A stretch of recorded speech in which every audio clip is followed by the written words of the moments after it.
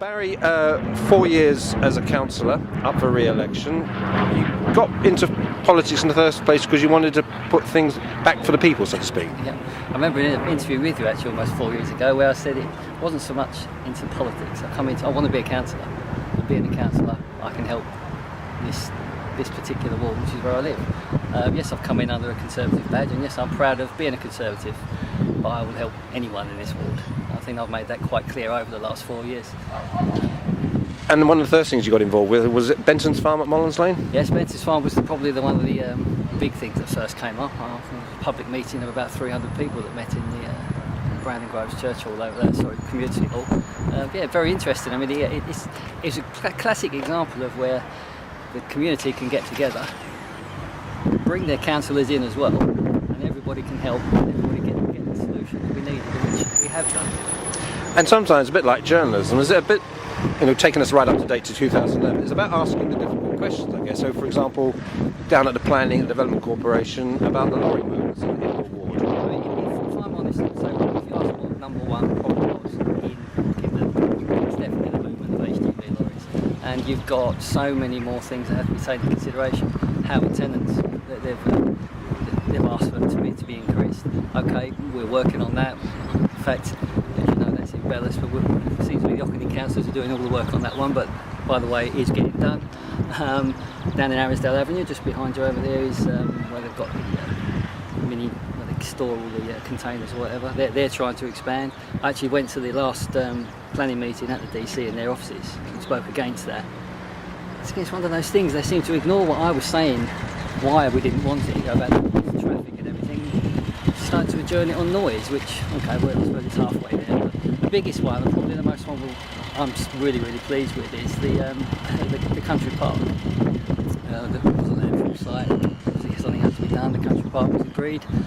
Now they've got to start doing all the infill. There's going to be a lot more lorry movements there, coming up and down roads. They was asking to come up and down South Road. Well, really not happy about that. We made it clear from the start that we had a preferred option, and that option was to have a spur coming off the M25. Well, when the M25 widening started here, I made a point of going to see in Balfour, and I went down to the little mini world. I don't know if you've seen it over on the A1270, it's massive, but talking to them, and I said, you're creating a temporary spur road to come in to have lorries turn around. Why can't you negotiate it about 400 yards up the road, go straight into the back of the country park, for everybody? They weren't very keen on that idea, health and safety, couldn't share it, whatever, but I then thought, well, let's go and speak to Jackie Joel Price, see if she can have a word with his highways agency, because it really needed a permanent one. Because if you had a permanent spur road coming in to the back of the park, well, take all the lorries off of Ockendon, and when the park's finished, it could then remain as an emergency exit or entry for an ambulance or anything if something does happen on the park. Well, I'm pleased to report that the Highways Agency have actually said they will, let's get their words right, they will support any reasonable solution that Thurrock Council puts forward.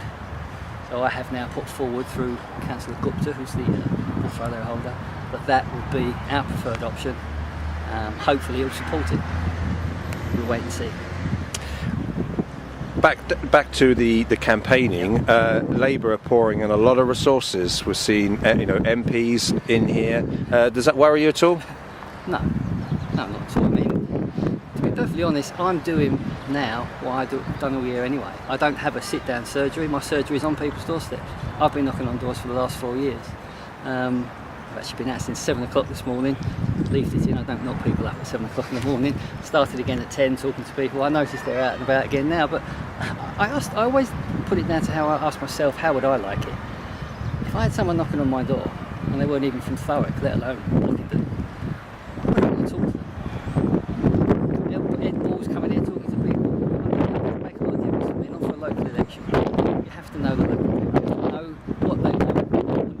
When I first started knocking on doors and someone saying to me, what are you going to do for us?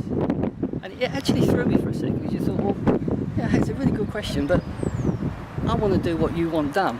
So, your priorities have got to become mine. Yes, I've got ideas, and I'll pass them ideas through, but if you don't like them, then it's not really what you want to hear, is it? Tell me what you want, and we'll work together and get it right. If I was to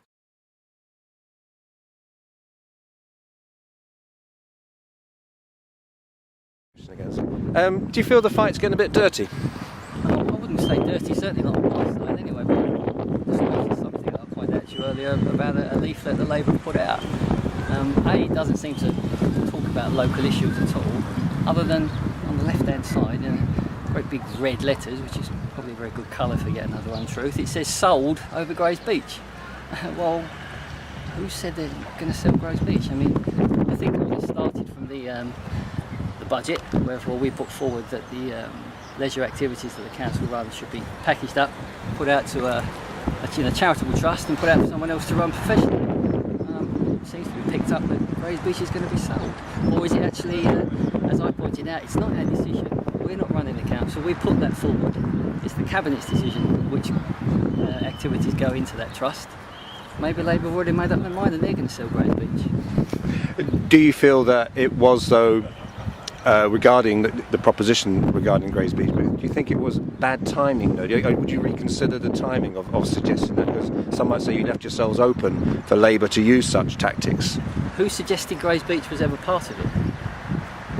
You know and I know. The only thing the council can work on is legislative issues. And legislation has to be written down. You saw the amendment, you saw the report that went to council, to Cabinet. Nowhere in it did it specifically mention any particular activity. It said the leisure activities.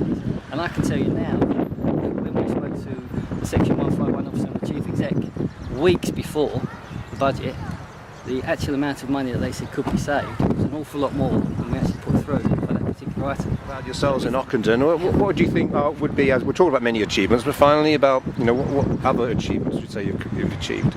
I mean, there's been very, when you help people with their small problems, they sometimes give you a greater feeling than some of the big ones that involve everybody. Because when everybody's involved, you feel as though there's a big momentum going. But one little person on their own, or two little people on their own, you feel as though you have to give it that bit more. And when you get those things done, it's very, very enjoyable.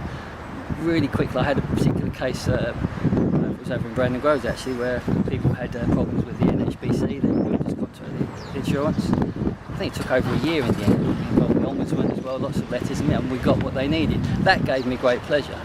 But just behind the scenes, there's a close, Nicholas Close, which is on Flowers Estate. Two very nice young ladies, Mrs. Slaney and Mrs.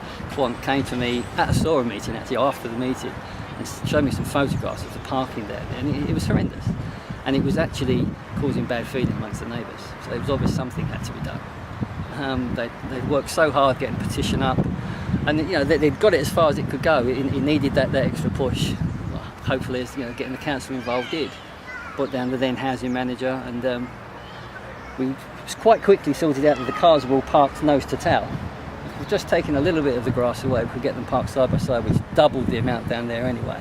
And then over just outside their houses in particular, we found a piece of, it was basically grassland, but there wasn't a lot of grass left on it when people had been parking anyway.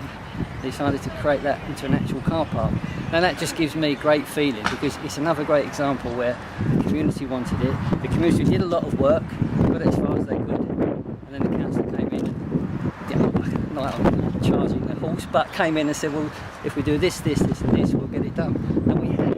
And to me, that's one of my greatest achievements. I'm really happy about it. I saw the pictures of it beforehand, see how the parking was now. It's a dream down there.